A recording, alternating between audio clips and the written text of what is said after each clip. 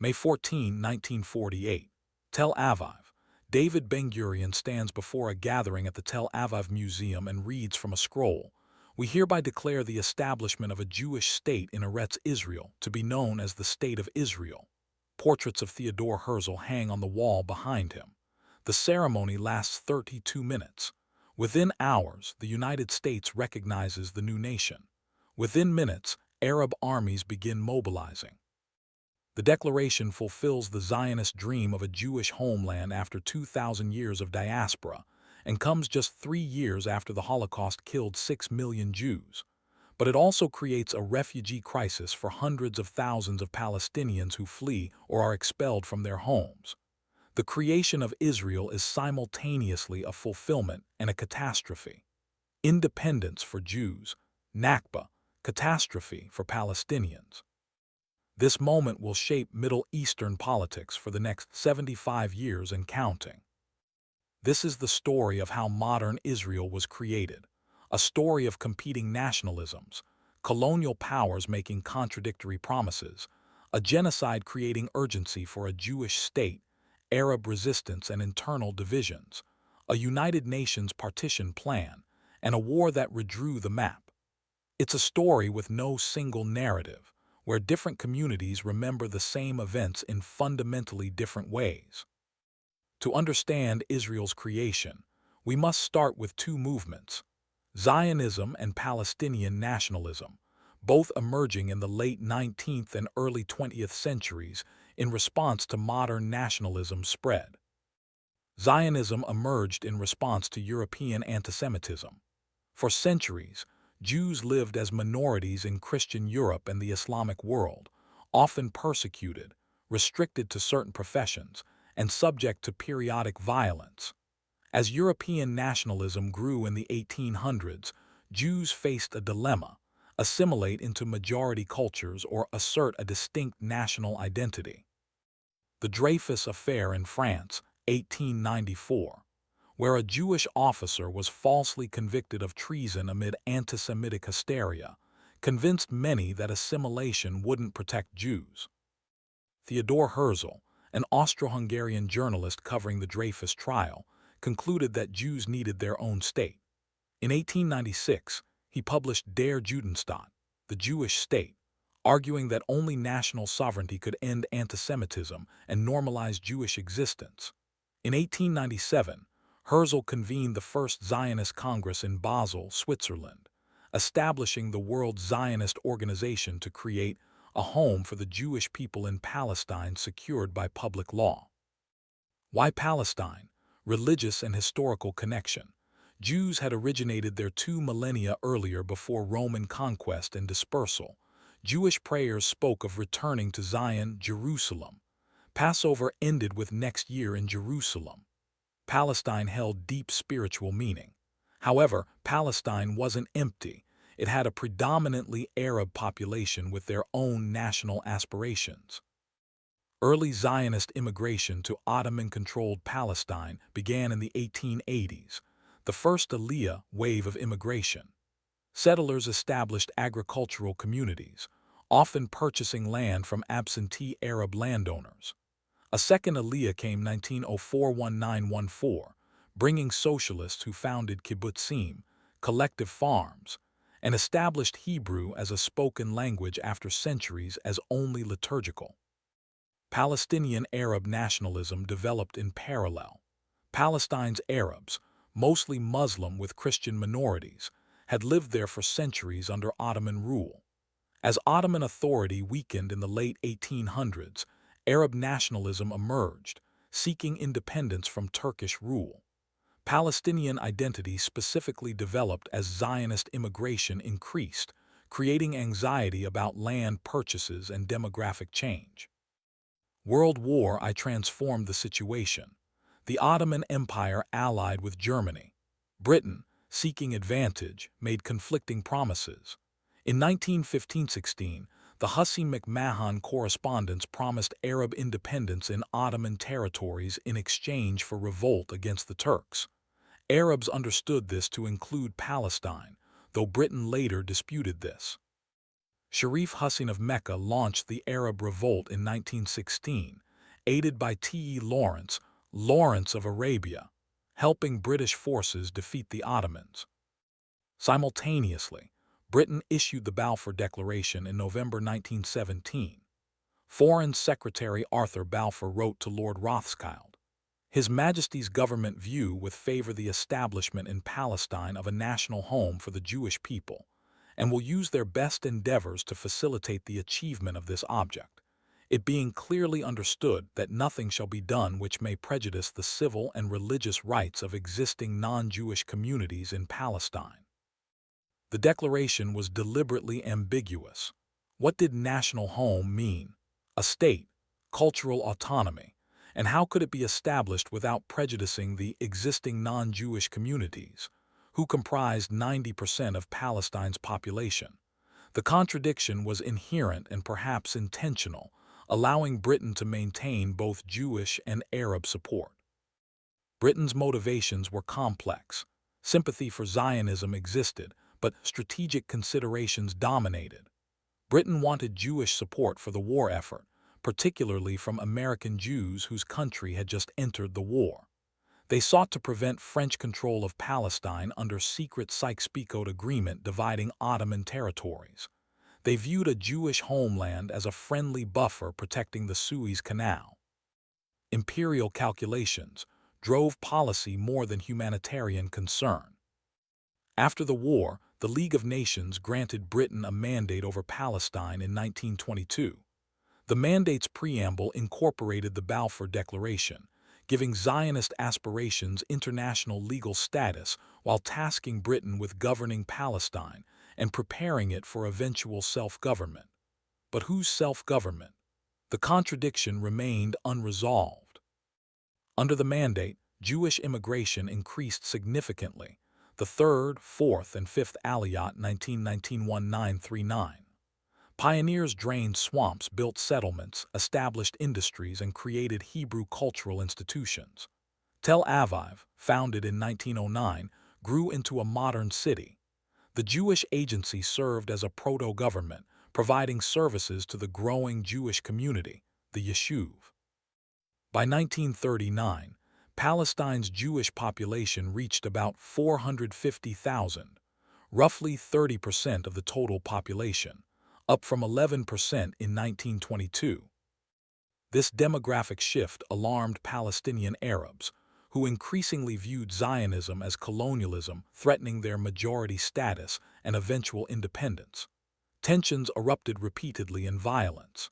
In 1920-21, Arab riots targeted Jewish communities in Jerusalem and Jaffa. In 1929, riots sparked by disputes over Western Wall access killed 133 Jews and 116 Arabs. The most serious outbreak came in 1930-61939, the Arab Revolt. The Arab Revolt began as a general strike demanding an end to Jewish immigration and land sales, and Arab independence. When strikes didn't achieve results, armed rebellion followed. Palestinian fighters attacked British forces, Jewish settlements, and infrastructure. Britain suppressed the revolt brutally, using collective punishment, home demolitions, and executions. Jewish militias, particularly the Haganah, defended settlements and sometimes retaliated. The revolt was crushed by 1939, but it left Palestinian society devastated, with much of its leadership killed, exiled, or imprisoned. In response to the revolt, Britain issued the White Paper of 1939, drastically limiting Jewish immigration to 75,000 over 5 years, then requiring Arab consent for further immigration. This aimed to mollify Arabs, but it came at the worst possible moment. Europe's Jews were facing intensifying Nazi persecution. The Holocaust transformed Zionism from idealistic movement to desperate necessity. Nazi Germany's systematic murder of 6 million Jews between 1940–1945 was unprecedented genocide. European Jewry was nearly annihilated. Survivors, displaced persons crowding camps, had nowhere to go. Countries that might have accepted refugees closed doors. The Holocaust created international sympathy for Jewish statehood and overwhelming moral urgency. For survivors, the question was existential. Without a state, where could Jews be safe? During World War II, Palestine's Jews largely supported Britain despite the White Paper, seeing Nazi Germany as the greater threat. Over 30,000 Jews from Palestine volunteered for British forces, but the White Paper's restrictions on immigration while Jews were being murdered created bitter resentment. Illegal immigration increased. Ships carrying refugees attempted to run the British blockade. Some succeeded, many were intercepted, and passengers sent to detention camps in Cyprus. After the war, Zionist militias turned against British rule. Three main Jewish armed groups operated: the Haganah mainstream Zionist defense force, the Irgun right-wing militant group led by Menachem Begin, and Lehi, also called Stern Gang, even more radical. They attacked British targets through bombings, assassinations, and sabotage. The most notorious incident was the July 1946 bombing of the King David Hotel in Jerusalem, housing British administrative offices. 91 people died. Britain, exhausted by World War II and facing growing violence, concluded the mandate was unsustainable. In February 1947, Britain announced it would refer the Palestine question to the United Nations. The UN Special Committee on Palestine (UNSCOP) visited Palestine in summer 1947, investigating the situation and hearing from both sides. Jewish representatives presented the case for statehood, emphasizing historical connection, Holocaust survivors' plight, and democratic governance capacity. They demonstrated established institutions, economic development, and cultural revival. Arab representatives rejected partition, arguing that Palestine's Arab majority had the right to self-determination and shouldn't lose land to accommodate European antisemitism's victims. UNSCOP recommended partition, dividing Palestine into Jewish and Arab states with Jerusalem under international administration. On November 29, 1947, the UN General Assembly voted 33-13 with 10 abstentions to adopt Resolution 181 approving partition. The plan allocated 56% of mandatory Palestine to the Jewish state despite Jews comprising about one-third of the population and owning less than 7% of the land. The proposed Jewish state would include the Negev Desert, the coastal plain, and Galilee. The Arab state would receive the West Bank, Gaza, and areas of Galilee. Jewish leaders accepted partition, though some privately intended to expand beyond the proposed borders. Arab leaders unanimously rejected it, viewing it as illegitimate dispossession.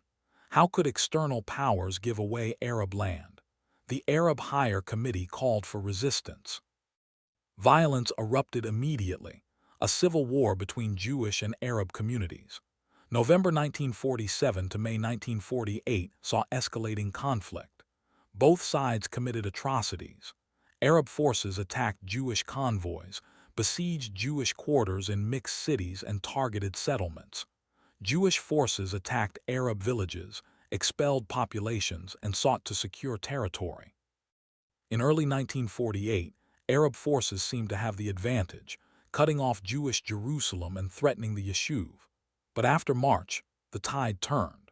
The Haganah launched Plan Dalet, operations to secure territory allocated to the Jewish state under partition and strategically important areas beyond it. Jewish forces captured mixed cities like Haifa, Jaffa, and Tiberias.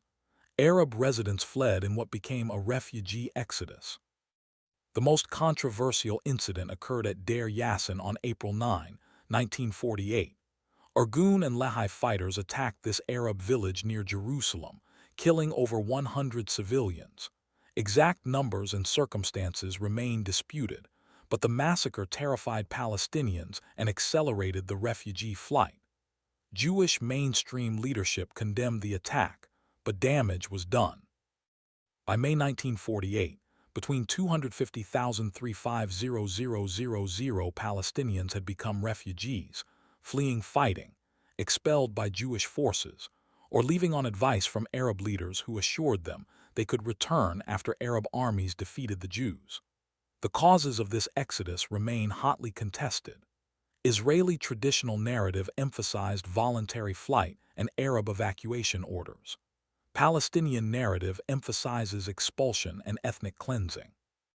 Modern historians, including Israeli new historians like Benny Morris, have shown the reality was complex. Some left voluntarily, some were expelled. Circumstances varied by location, but Jewish military operations and psychological warfare intentionally encouraged flight. On May 14, 1948, as the British Mandate expired, David Ben-Gurion declared Israeli independence. The declaration emphasized Jewish historical connection to the land, referenced the Holocaust, invoked the UN Partition Resolution, proclaimed equality for all citizens regardless of religion or ethnicity, and appealed to neighboring Arab states for peace. President Truman recognized Israel within hours, the first nation to do so. The Soviet Union quickly followed, seeing Israel as potentially socialist and anti-British. Within hours of the declaration, 5 Arab armies invaded Egypt, Syria, Jordan, Iraq, and Lebanon, plus forces from Saudi Arabia and Yemen.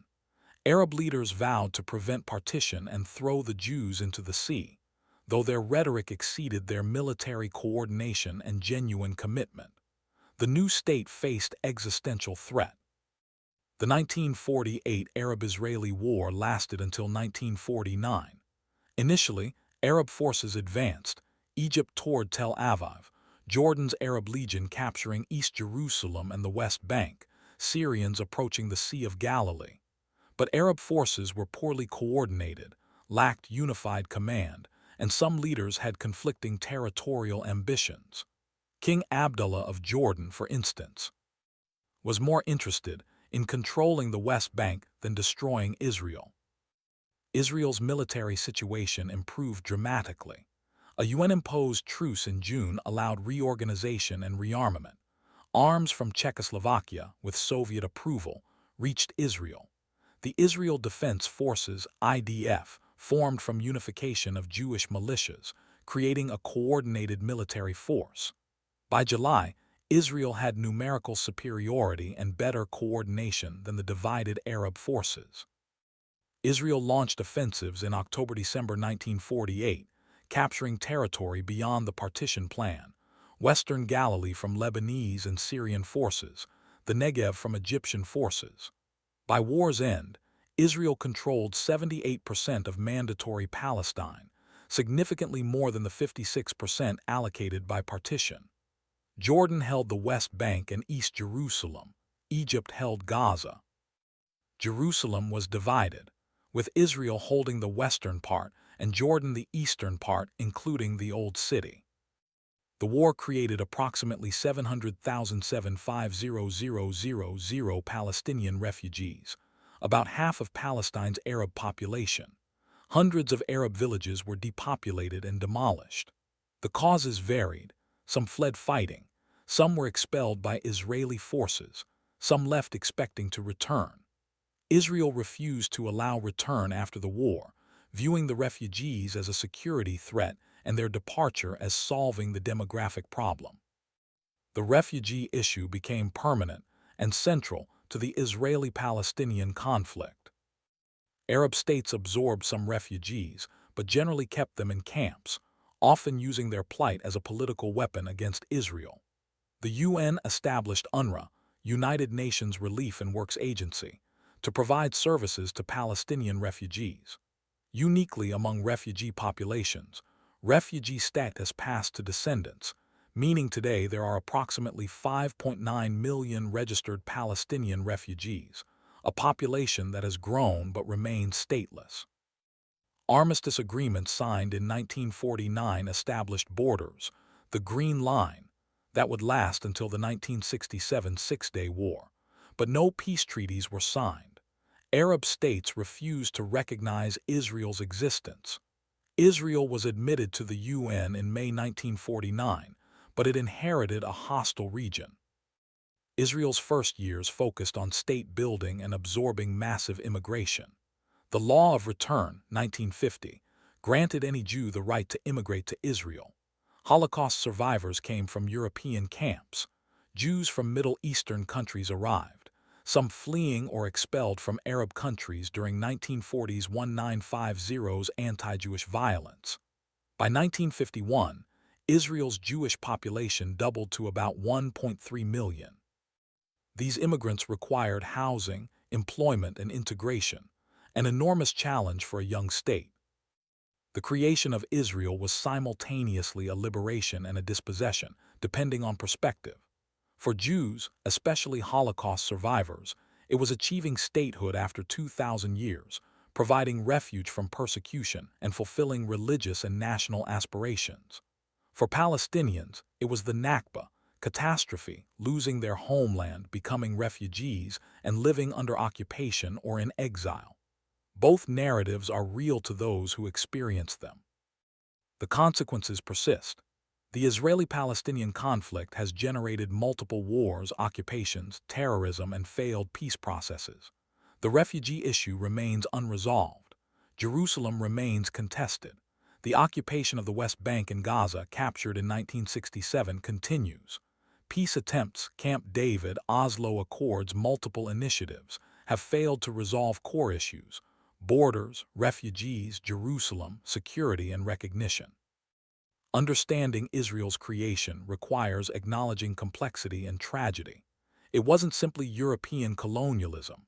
Jews had historical and religious connections to the land, and the Holocaust created genuine refugee crisis requiring solution. But it also displaced an existing population with their own legitimate national aspirations and rights. Both peoples claimed the same land with valid historical narratives. From Herzl's vision to the Holocaust's horror, to Ben-Gurion's declaration to the Nakba's tragedy to ongoing conflict, the creation of Israel shaped the modern Middle East profoundly. The story has no simple moral. It contains both justice and injustice, both fulfillment and dispossession, both celebration and mourning.